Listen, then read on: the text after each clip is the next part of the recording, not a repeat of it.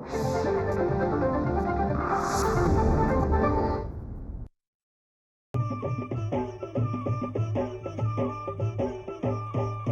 काळी आई धनधान्य देई, ही काळी आई धनधान्य देई. जोडते मनाची नाती आमची माती, आमची माणसं, आमची माती, आमची माणसं, आमची माती, आमची माणसं, आमची माती, आमची माणसं, आमची माती, आमची माणसं.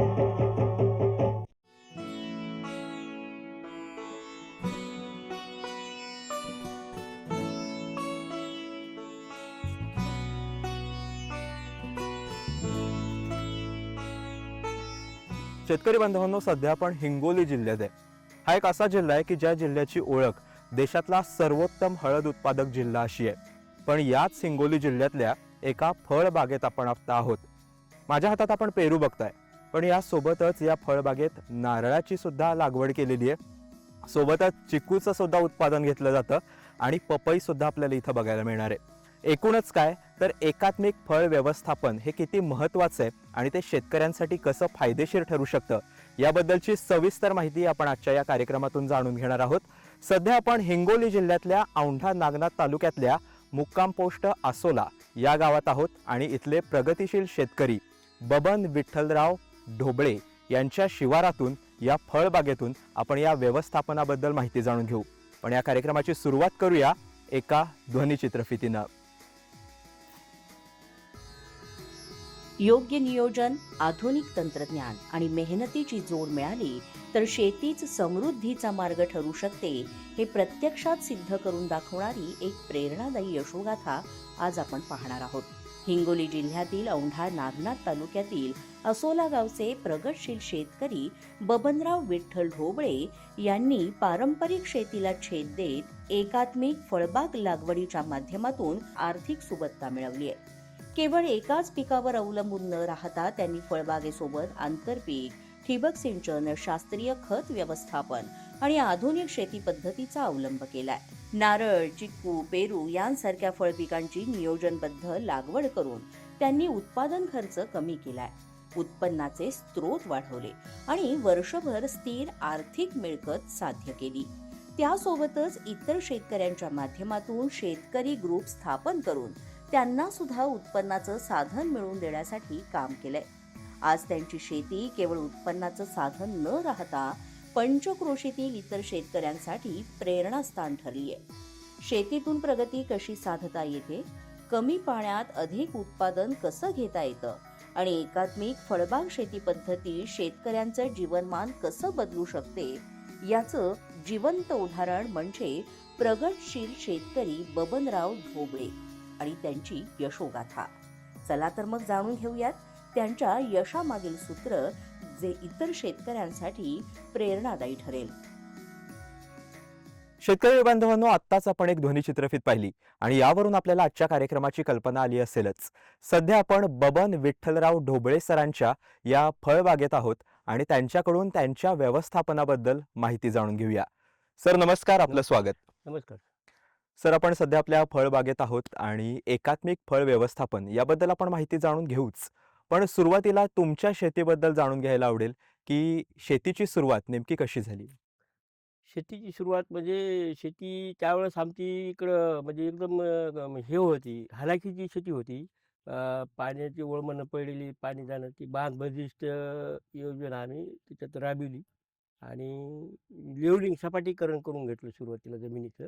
तर त्यानंतर आम्ही पुन्हा पाटबंधारे खात्यावर पाईपलाईन करून शेतीला पाणी केलं आणि पारंपरिक पीक म्हणजे आमचं त्यावेळेस ते ज्वारी, हरभरा आणि कापूस, तूर आणि नंतर पाणी उपलब्ध केल्याच्यानंतर भुईमुगाची पिकाकडे आम्ही वळलो. अच्छा. तर सुरुवातीला पाण्याच्या काही समस्या होत्या आणि नंतरच्या काळात तुम्ही त्याच्यावर काम केलंत. हो. पण पाण्यावर काम केलंत म्हणजे तुम्ही त्याच्यावर कशी कामगिरी केलीत आणि आता पाण्याची, सिंचनाची काय स्थिती आहे? हां. तर त्यावेळेस ते पाणी पाटबंधाऱ्याचं पाणी म्हणजे टेम्पररी याचं. हं. तर पुन्हा जे आम्हाला जे बारमाही फळबागेकडे वळायचं होतं तर पाणी कमी नव्हतं. मग त्यानंतर आम्ही एक विहीर खोदली. विहीर खोदल्याच्यानंतर आमचे एक कृषी विभागाचे अधिकारी आले. ते म्हणले, "बाबा तुम्ही काय करा, तुम्हाला पाण्याची टंचाई आहे तर NHMमधून एक सामूहिक शेततळ घ्या" म्हणले. "त्याच्यात ते तुम्हाला होऊन जाईल." आता वास्तविक पाहता चांगली जमीन असताना शेततळं करायचं म्हणजे वेगळं वेगळं वाटू लागलं. पण म्हणलं बा पाणीच नसेल तर पिकं काय उपयोगाची ती? पाणी पाहिजे आधी शेतीला. जसं आपण ज्वारी वर्षभर घरी खायला ठेवतो, तसं जी आपण पिकं पुढचे घेणार आहोत, त्याला संरक्षित जर पाणी असेल तरच आपला पुढच्या पिकाचा उपयोग आहे. नाहीतर उपयोग काय त्याचा? मग अशा ह्याच्यात त्यांच्याकडून आम्ही NHMमधून एक सामूहिक शेततळं 34 बाय 34 मीटरचं घेतलं त्यांनी. अच्छा. म्हणजे पाण्याची एक मोठी तुमची अडचण होती ती दूर झाली आणि सुरुवातीला शेततळ्यासाठी तुमची तेवढी तयारी नव्हती. हो, पण शेततळं झाल्यानंतर तुम्हाला त्याचे फायदे लक्षात आले. हो. पण शेततळं तयार झाल्यानंतर हं. आपण फळ पिकांकडेच वळावं, हं. असा विचार मनात कसा आला? आता कसं झालं, की आता सध्या जे आपली पहिली पीक होती पारंपरिक जे गहू, तुमचा हरभरा काय जे होते, हं. त्याच्यापेक्षा फळ पिकाकडे वळावं अशी माझी इच्छा का झाली? कारण कोकण विभागातली काही शेतकरी औंढा नागनाथ ज्योतिर्लिंग म्हणून आहे इथं. तिथं दर्शनासाठी श्रावण महिन्यामध्ये आले आणि आम्ही बारीला लागलो. हं. बारीला लागल्याच्या नंतर विचारलं, "बा तुम्ही कुठले आहेत?" तर म्हणले, "बा आम्ही कोकणामधले आहेत." म्हणलं, "काय करता व्यवसाय त्याच्यामध्ये?" तर म्हणले, "आमचं नारळ, पेरू जे फळबाग लागवड जास्त आहे." म्हणले, "आम्ही असे तुमच्या इकडे एवढी पिकं घेतो." म्हणले, "एकरी उत्पन्न किती काढता तुम्ही?" म्हणजे आमचं एकरी उत्पन्न कमीत कमी 4 लाखाच्या 5 लाखाच्या पुढंच आहेत. त्यावेळेस मला शॉक बसला, की आपल्याकडे पाणी उपलब्ध असून जर आपण जर पारंपरिक ते पिकं घेतलो, तर आपल्याला काय फायदा? तर त्याच्या याच्या सांगण्यानुसार आमच्या मनात जरासं परिवर्तन झाल्यामुळं आम्ही फळबागेकडे वळलो. अच्छा, म्हणजे तो विचार तुमच्यासाठी फार महत्त्वाचा ठरला. महत्त्वाचं. तेव्हा तुम्ही ठरवलंत, की आपण सुद्धा फळ पिकांची लागवड हो, करायची. त्यानंतर ज्यावेळेस तुम्ही तुमच्या शिवारात काम करायला सुरुवात केलीत, हो. म्हणजे पारंपरिक पिकांना थोडंसं बाजूला बरोबर. ठेवत फळ पिकांची लागवड तुम्ही केलीत, तर त्याची नेमकी सुरुवात कशी झाली? आता त्यांची सुरुवात जी झाली, की आता बा आपल्याला फळबाग लागवड करायची. तर फळबाग लागवड करताना सगळ्यात मोठी अडचण आहे, की मात्र वृक्ष चांगलं भेटणं, हं. ही काळाची गरज आहे. म्हणलं आता मात्र वृक्ष कुठे भेटेल आपल्याला? यासाठी आम्ही आमचा एक अ, हे होते प्राध्यापक म्हणून होते. ती म्हणले, "बा आपण काय करू, की कोणती नर्सरी चांगली आहे, त्याच्यात बघू." तर आम्हाला त्यावेळेस पेरूची एक चांगली जात भेटली, हं. जी की 6 महिन्यामध्ये फळ खाता आलं पाहिजेत, अशी व्हरायटी भेटली. मग आम्ही त्या व्हरायटीची निवड केली. रोप आणून लागवड केली. ते फळं 6 महिन्यात खायला आली आमच्या इथे. म्हणजे सुरुवात तुमची पेरूपासून झाली पेरूपासून. आणि नंतरच्या काळात आता सध्या तुमच्या बागेचा जर आपण विचार केला, तर कोणती फळ पिकं आपल्याला इथं बघायला मिळतात? आता माझ्या बागेमध्ये जर तुम्हाला बघायचं गेलं तर नारळ पाहायला भेटेल तुम्हाला, पेरू पाहायला भेटेल, हं. तुमचं अंजीरची झाडं भेटतील, काही फणसाची झाडं भेटतील, चिकूची झाडे भेटतील तुम्हाला आपल्या याच्यामध्ये बघायचं गेलं तर. तर अशा तर पद्धतीची फळझाडं तुमच्याकडे हो, आहेत. हो. जर तसं बघायला गेलं तर हिंगोली परिसरात मोठ्या प्रमाणात आपल्याला नारळाची झाडं बघायला मिळत नाहीत. पण हा एक वेगळा प्रयोग तुम्ही केलेला आहे. तर हे धाडस किंवा या प्रयोगाबद्दल काय सांगाल? हां, तर हे धाडस म्हणजे ज्यावेळेस तुम्हाला सांगितलं, की मी बाबा कोकणामधले जे शेतकरी ज्योतिर्लिंगमध्ये आले होते, त्यांनी सांगितलं, की आम्हाला नारळाचं 3-4 लाखाचं जे उत्पन्न पडतंय. त्यावेळेस माझ्या मनात आलं, की बाबा आपल्या जमिनीत नारळ येतंय का? हं. तर मग याच्यावर मी जरासं संशोधन केलं, तर परभणीला एक खजुराचा शेतकरी आहे. त्यांनी खजूर लावलं, त्यांना पाणी कमी आहे. म्हणलं मग खजूर जर लावलं, खजूर जर येत असेल, तर खजूर आणि नारळ यांचं कॉम्बिनेशन बघितलं तर एकच आहे. म्हणलं मग नारळ बी वेगळा बघा या पाहिजेत म्हणलं. हं. मग आम्ही काही परिसरामध्ये फिरल्याच्यानंतर काही नारळाच्या झाडाला बघितलं, तर नारळ एवढे भरपूर लागले, की 3-3, 4-4 फळ दिसायला लागलं. मग आपल्याला काय येत नाही. मग आता हे झाड आणायचे कुठून? नर्सरीतून आणायचे का कुठून आणायचे? आता नर्सरीतून आणायला गेलं, त्याची गॅरंटी भेटणार नाही हं. आपल्याला. आम्ही शोध काढल्याच्या नंतर केरळला आम्हाला रिसर्च सेंटर भेटलं. तिथून आम्हाला केराशंकरा म्हणून ही व्हरायटी भेटली. आता भेटली त्यांनी सांगितलं, की "बाबा ही पाणी तुम्हाला याच्यात मुबलक भेटणार, खोबऱ्याचं प्रमाण जास्त भेटणार, तेलाचंही प्रमाण याच्यात जास्त भेटणार." हं.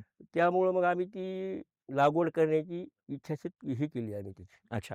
तर ज्यावेळेस तुम्हाला केरळमधून ती रोपं मिळाली आणि हां, त्याची लागवड तुम्ही या शिवारात केली. केली. तर इथं ती लागवड करताना सुरुवातीच्या काळात तुम्हाला मशागतीमध्ये नेमकं काय बदल आणि कसं व्यवस्थापन करावं लागलं? हां, मशागतीमध्ये काय तर नारळ लागवड करायची म्हणलं तर त्यांना आम्ही त्याचा अभ्यास केला, की बाबा 2 बाय 2चा खड्डा खणणं, त्याच्यामध्ये काही निविष्ठा टाकणं.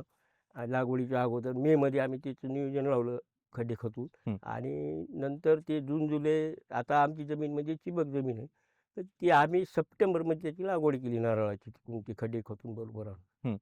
आणि त्यानंतर मग हे तुमचं पीक हळू-हळू वाढायला लागलं. वाढायला लागलं. पण सुरुवातीच्या काळातला तुमचा काय अनुभव होता? कारण परिसरातल्या शेतकऱ्यांसाठी तुमच्यासाठी सुद्धा हा प्रयोग नवीन हो. होता.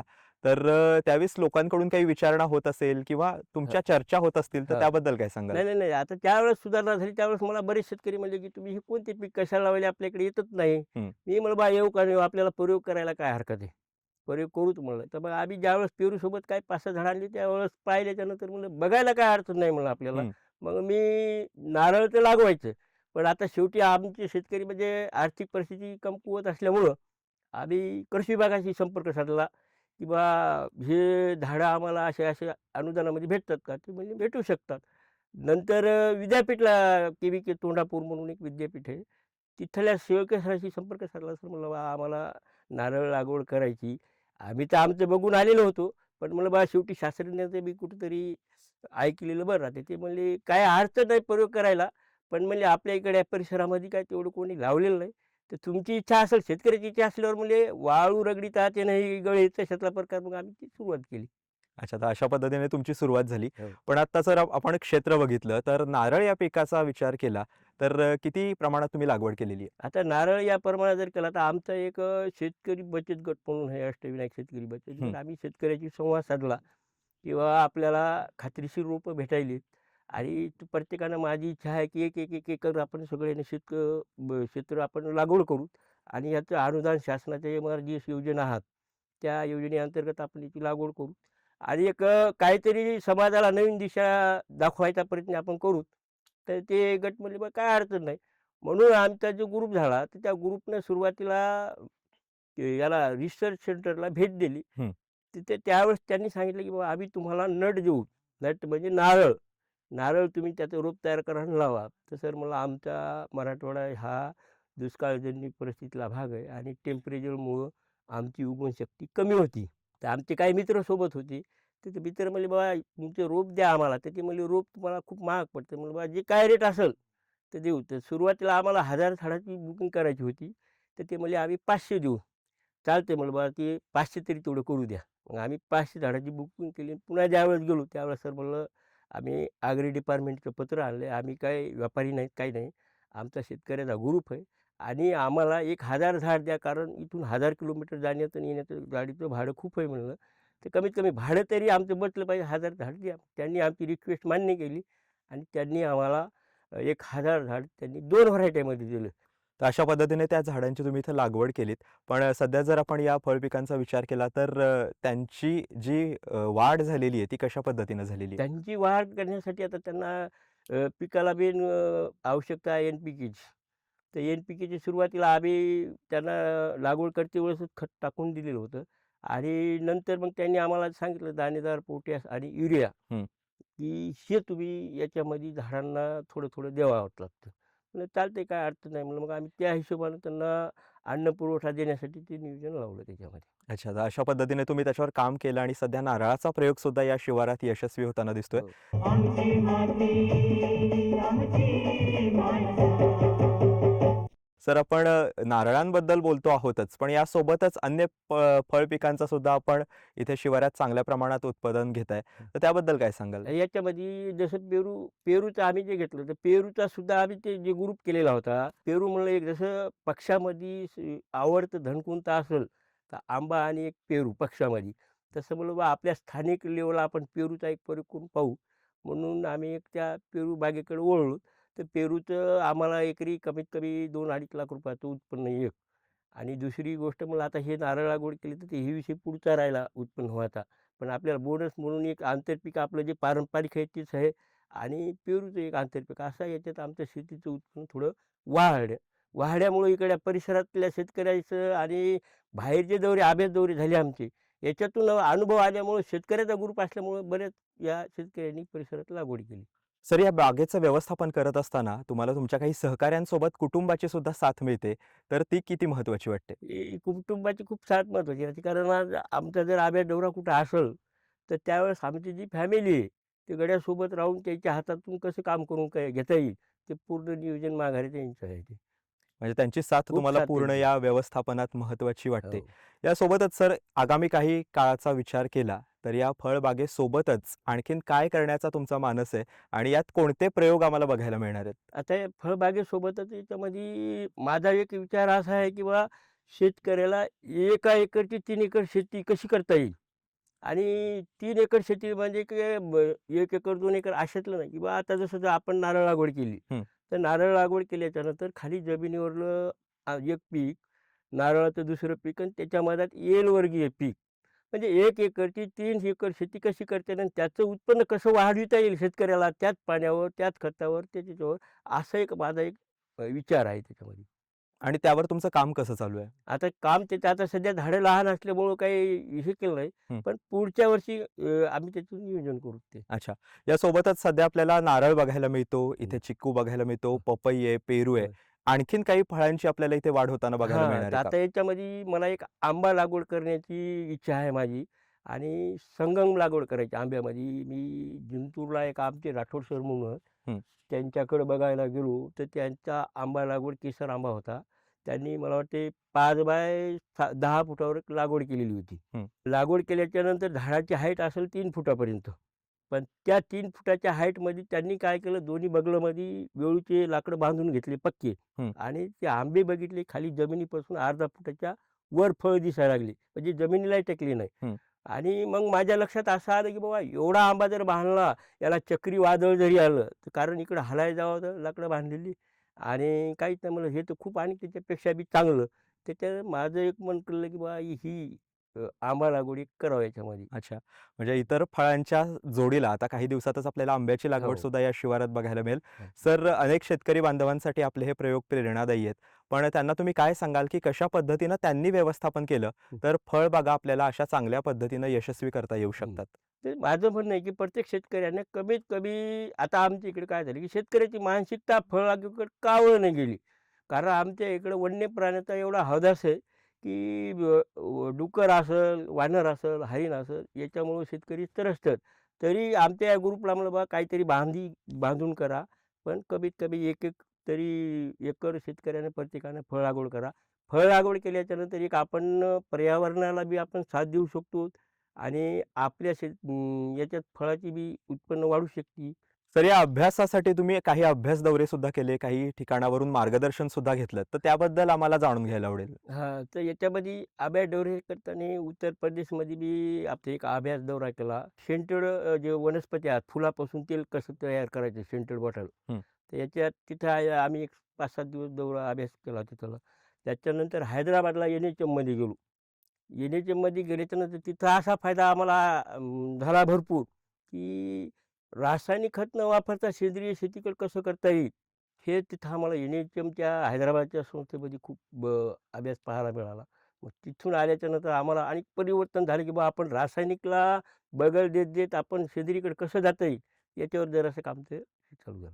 म्हणजे सर या अभ्यास दौऱ्यांचा तुम्हाला चांगलाच फायदा झाला. चांगला म्हणजे फायदा. कुठल्या खतांची मात्रा द्यायला हवी, रासायनिक हो. किंवा सेंद्रिय खतं कशी प्रभावी ठरू शकतात, हे तुम्हाला त्यात शिकायला मिळालं. हो. पण त्याचा वापर तुम्ही ते तुमच्या फळबागेत कसा करता? आता त्याच्या बागेत म्हणजे की आम्ही हे केलं एक पंचायत समिती कुणी योजना होती बायोगॅसची. हं. तर सर आले म्हणले, "बाबा सर आम्हाला एक बायोगॅस भेटला तर चांगला राहील." तर ते म्हणजे "काय अडचण नाही, मग तुमचा ग्रुप आहे का?" म्हणले, "हो." म्हणजे मग ग्रुपला त्यांनी आम्हाला 7-8 लोकांना बायोगॅस दिला. बायोगॅस माझ्याकडे एक गाय आहे. त्या गायीच्या शेणावरच बायोगॅस चालते आणि गड्याला त्याचा पूर्ण गॅसचा उपयोग होते आणि त्यातून जी निघणारी सॅलरी आहे, हं. ती आम्ही 500 लिटरच्या ड्रममध्ये टाकतो आणि त्याच्यात NPK जीवाणू सोडून त्याची जी सॅलरी तयार होती, ती आम्ही शेतीला वापरतो. अशा पद्धतीनं त्या खताचा तुमच्या हां. या फळबागेसाठी चांगला फायदा तुम्ही झाला. वापर करून घेताय. हं. सर तुम्ही मगाशी शेतकरी बचत गटाबद्दल सांगितलंत, की ज्याची स्थापना तुम्ही अलीकडच्या काळात केलीत आणि त्याचा वापर तुमच्यासोबत परिसरातल्या अनेक शेतकऱ्यांना होतोय. तर याबद्दल काय सांगाल? तर याच्या म्हणजे बचत गटामध्ये असा फायदा झाला, की शेतकऱ्यांना जे काय आर्थिक व्यवहार लागते, समजा आता शेतकरी हा जूनमध्ये खत बियाणे घ्यायला परेशान राहतो. तर आम्ही एक गटात असं नियोजन लावलं, की बा आपल्या माणसाला परेशानी नको आर्थिक व्यवहारासाठी बँक लोन देते, टायमाला देते, न देते. म्हणून आम्ही एक ₹500 प्रति सभासद असा एक हप्ता केला म्हणजे महिनेवारी हं. ₹500 एका शेतकऱ्यांनी त्याच्यात जमा करायचे आणि कोणाला अडचण असेल तर त्या अडचणीमधून ते पैसे त्यानं न्यायचे, पिकावर आले की पुन्हा याच्यात ठेवायचे त्याला अच्छा. याच्यामध्ये. त्याच्यामधून जे काही रासायनिक खत घ्यायचं ते आम्ही मग एकेका शेतकऱ्यांना न घेता हं. ग्रुपनं गाडी खरेदी करायची आणि प्रत्येक शेतकऱ्याला ती वाटप करायची. अच्छा. याच्यामध्ये आम्हाला खूप फायदा झाला. आमची माती आमची माणसं. याआधी तुम्ही म्हणजे तुमचा बचत गट नसतानाचे तुमचं जे व्यवस्थापन होतं ते आणि आता बचत गट स्थापन झाल्यानंतर जेव्हा अनेक शेतकरी एकत्र येतात हं. आणि त्यातून त्यांचं काम चालतं, तर यातला फरक तुम्हाला कसा जाणवला? नाही. आता याच्यामध्ये कसं आहे की आता आम्ही त्याच्या पुढे गेलो किंवा याच्यामध्ये बचत गटामध्ये खूप फायदा झाला. पण आता नंतर एक अशी स्कीम आली पेपरला की कंपनी स्थापन शेतकऱ्यांनी कंपनीसाठी पुढे यावे. हं. असं नरेंद्र मोदीचे ज्यावेळेस वाक्य मी ऐकलं की अरे म्हणलं तर आता हे तर आपल्याला अनेक फायदा आहे. तर मग आता हे कसं करायचं? कंपनी उभी कशी करायची? तर मग मी काय केलं आमची जे आत्मा योजना आहे त्याची सर जे होते तर सरला मी सांगितलं म्हणलं बा आपले 10 बचत गट एका जागी करून जर आपण आम्हाला कंपनीसाठी सहकार्य केलं तर चालेल का सर? तर ते म्हणले, "वाह! तुमचा गट चांगला आहे म्हणजे तुम्ही अग्रेसर शेतकरी आहेत. तर तुम्ही काय करा म्हणले, एक फार्मर प्रोड्युसर कंपनी तयार करा. तुम्हाला आमची जी 10 गटाची नाव सांगतो त्याच्यात तुम्ही इन्व्हॉल्व करा." मग आम्ही ते 10 गटाचे 50-50 सभासद म्हणजे असे 500 सभासद यांना प्रति व्यक्ती ₹1000 फी लावून एक 500 लोकांचे आम्ही ₹5,00,000 जमा करून डॉक्टर पंजाबराव देशमुख नैसर्गिक शेती अशी एक जी योजना आहे याच्यात त्याच्यात आम्ही ती कंपनीची स्थापना केली.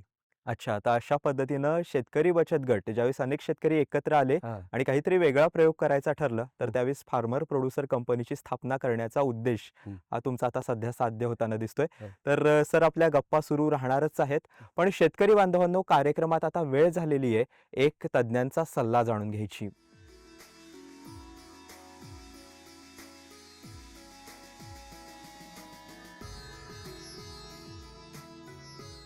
आज आपण प्रगतशील शेतकरी श्री बबन ढोबळे यांच्या शेतावरती आहोत. त्यांनी एकात्मिक फळ लागवड केलेली आहे. शेतकरी बांधवांनो, आपल्याला फळ लागवड करायची असेल तर यासाठी आपल्या महाराष्ट्र राज्यामध्ये भाऊसाहेब फुंडकर फळबाग लागवड योजना आहे. ज्या योजनेमध्ये आपल्याला शेतकरी बांधवांसाठी 100% अनुदान देण्यात आलेलं आहे आणि त्यासाठी आपण महा-डी-बी-टी या पोर्टलवर अर्ज करणं अनिवार्य आहे. शेतकरी बंधूंनो, आपण जे बघितलं बबन ढोबळे यांनी पारंपरिक शेतीवर अवलंबून न राहता पिकाकडे ते वळालेले आहेत आणि त्याच्यामधून त्यांनी स्थिर उत्पन्न त्यांना मिळालेलं आहे आणि त्यासोबतच त्यांची मातीची सुपीकता असेल, वातावरणाचा समतोल असेल, त्यांनी त्यामधून राखलेला आहे आणि त्यांना मदत झालेली आहे. शेतकरी बांधवांनो, जर आपण फळबागचा विचार करत असाल तर आपण जवळच्या कृषी विज्ञान केंद्रास किंवा कृषी विद्यापीठास भेट देऊन आपण तिथून मार्गदर्शन व प्रशिक्षण आपण घेणं गरजेचं आहे. जर आपण चा विचार करत असाल तर बबन ढोबळेसारखा आपण योग्य जमिनीचा वापर करून त्यासोबतच एकात्मिक कीड व रोग व्यवस्थापन, माती परीक्षणानुसार खत व्यवस्थापन आणि सुरुवातीच्या काळामध्ये फळबाग 1 वर्षाचा असताना त्याचं संरक्षण करणं अत्यंत गरजेचं आहे. तर शेतकरी बांधवांनो, आपण सर्व एकत्र येऊयात आणि समृद्धी शेतीच्या दिशेने वाटचाल करूयात. धन्यवाद.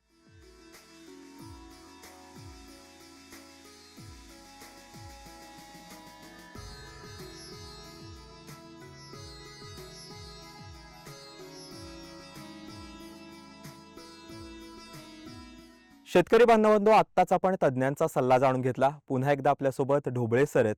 सर, आपल्या गप्पा सुरू आहेत आणि आपण हा जो पूर्ण बागेचा कायापालट झालेला बघतोय त्याला कारण आहे ते म्हणजे शेततळं. म्हणजे शेततळ्यामधल्या पाण्यामुळेच हा सगळा परिसर आपल्याला फुललेला बघायला मिळतोय. हो. तर या शेततळ्याची क्षमता आणि याचा फायदा तुम्हाला कसा होतो याबद्दल काय सांगाल? याच्यामध्ये आम्ही आपलं बारामतीचं जे प्रदर्शन होतं, त्या प्रदर्शनमध्ये आम्ही एक शेततळ्यामध्ये मच्छीपालन म्हणून बघितलं बघा. हं. तिथं गेल्याच्यानंतर. तिथं मच्छीपालन पाहिल्याच्यानंतर आणि कुक्कुटपालन एक त्या पाण्यावर तरंगतं बघितलं मी. मग तिथून आल्याच्यानंतर माझं म्हणणं आलं, की बा आपण आणि एक मच्छीपालन व्यवसायाकडे चलू. मग मच्छीपालन केल्याच्यानंतर मच्छी सोडायच्या आमच्या ग्रुपनं सगळ्या. पण फरक आला, की ज्यावेळेस मच्छी काढायची बाहेर, मच्छी काढल्याच्यानंतर जाळीमध्ये बघितलं, अरे म्हणलं ही मच्छी तडफडायली, हिला काय कर पाण्यामध्ये टाक. 500 लिटरची टाकी होती. त्याच्यात त्यानं त्या 2 मच्छ्या काढल्या पाण्याच्या टाकीमध्ये टाकल्या. पण आता आम्ही माळकरी असल्यामुळं ते पाहिलं पाणी लाल झालेलं. त्यानंतर मी ते मच्छीपालन सोडून दिलं. कारण माळकरी असल्यामुळं मला ते काही आवडलं नाही. ती विषय बाजूला केला त्याच्यामधला. तर त्या पाण्यापासून मला जे त्याच्यामध्ये जे स्टोरेज आहे जवळपास 5 एकरला ठिबक सिंचनवर वर्षभर पुरेल एवढं पाणी त्याच्यामध्ये मी स्टोरेज करतो. म्हणजे 5 एकरासाठी जी तुमची फळबागात आहे हो. ती एका शेततळ्यावर आधारित आहे आणि त्या शेततळ्याचा तुमच्या पूर्ण शिवारासाठीच चांगला फायदा झालेला आपण हो. बघतोय. सर, काही फळं तुमच्या हातात येत आहेत, काही फळं नारळासारख्या पिकाची फळं आगामी काळात तुमच्या हातात येतील. हो. पण याच्या मार्केटिंगचं व्यवस्थापन तुम्ही कसं करता? आता याच्या मार्केटिंगच्या व्यवसायात आमच्या एक इथं देवळा बाजारला खुलं मार्केट आहे. व्यापारी मागणी करतात की आम्हाला द्या. पण आता आमच्याकडं मनुष्यबळ कमी असलं डायरेक्ट समजा स्वतः विक्री केली तर त्याचा दुप्पट फायदा मिळू शकतो. पण आता माझी मुलं शिकायला असल्यामुळं मी काही तेवढा माल स्वतः विकू शकत नाही. ते स्थानिक लेव्हलचे व्यापारी येतात. काही नांदेड, परभणी, हिंगोलीला माझी गाडी जाते इथून. हं. त्या गाडीमध्ये माल जातो आमच्या ग्रुपचा सगळा. अच्छा. म्हणजे हे इतर पिकांच्या बाबतीत झालं, पण नारळ पिकाच्या मार्केटिंगच्या बाबतीत तुमचा सध्या काय प्लॅन आहे? हां, तर नारळ पिकाच्या याच्यामध्ये असा प्लॅन आहे, की बा नारळामध्ये बरंच प्रक्रिया करून त्याच्यामध्ये करता येते, की जसं आता एक नवीन निघालं आहे, की नारळ फक्त वरून सोलायचं, त्याला पॅकिंग करायची आणि त्याची विक्री करायची. ते 100, 150, 200 रुपयापासून एक नारळ जाते. हं. आता आमच्या ज्यावेळेस फळ लागलेला नारळ लागतील, तर त्यावेळेस त्याचं आम्ही ते नियोजन करूच बघा आता त्याच्यामध्ये.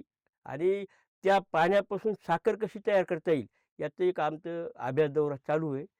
त्या नारळाच्या पाण्यापासून जी शुगरला साखर काम फार करते ती एक साखर कशी तयार करता येईल, ती एक विचार आमच्या ग्रुपला घेऊन एकदा बघायचं बघा. अच्छा. तर या ग्रुपच्या विचारांनी तुमचं हे सध्या काम सुरू आहे. यासोबतच मला वाटतं, की तुमच्या कुटुंबाची सुद्धा तुम्हाला यात मोठी साथ हो, मिळत हो. असेल.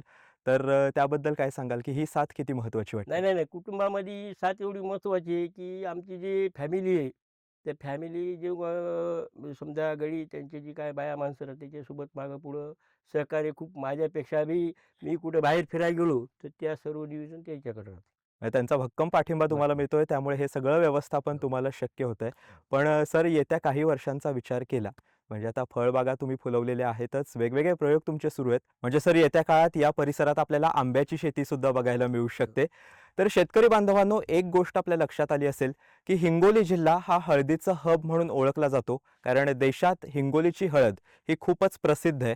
पण यासोबतच हिंगोलीचे शेतकरी सध्या वेगवेगळे प्रयोग करताना आपल्याला दिसत आहेत आणि एकात्मिक फळ पीक व्यवस्थापन कसं असायला हवं याबद्दलची आपण सविस्तर माहिती जाणून घेतली. यामध्ये आपल्याला पेरूबद्दल माहिती मिळाली, यासोबतच आपल्याला चिकूची माहिती मिळाली, यासोबतच आपण या परिसरात नारळासारखा प्रयोग कसा यशस्वी करू शकतो याबद्दल सुद्धा आपण बबनराव ढोबळे सरांकडून महत्त्वाची माहिती जाणून घेतली. तर सर, आज तुम्ही खूप महत्त्वाची आणि सविस्तर माहिती आम्हाला दिलीत आणि शेतकरी बांधवांना मार्गदर्शन केलं, याबद्दल आपले मनापासून आभार. धन्यवाद. धन्यवाद.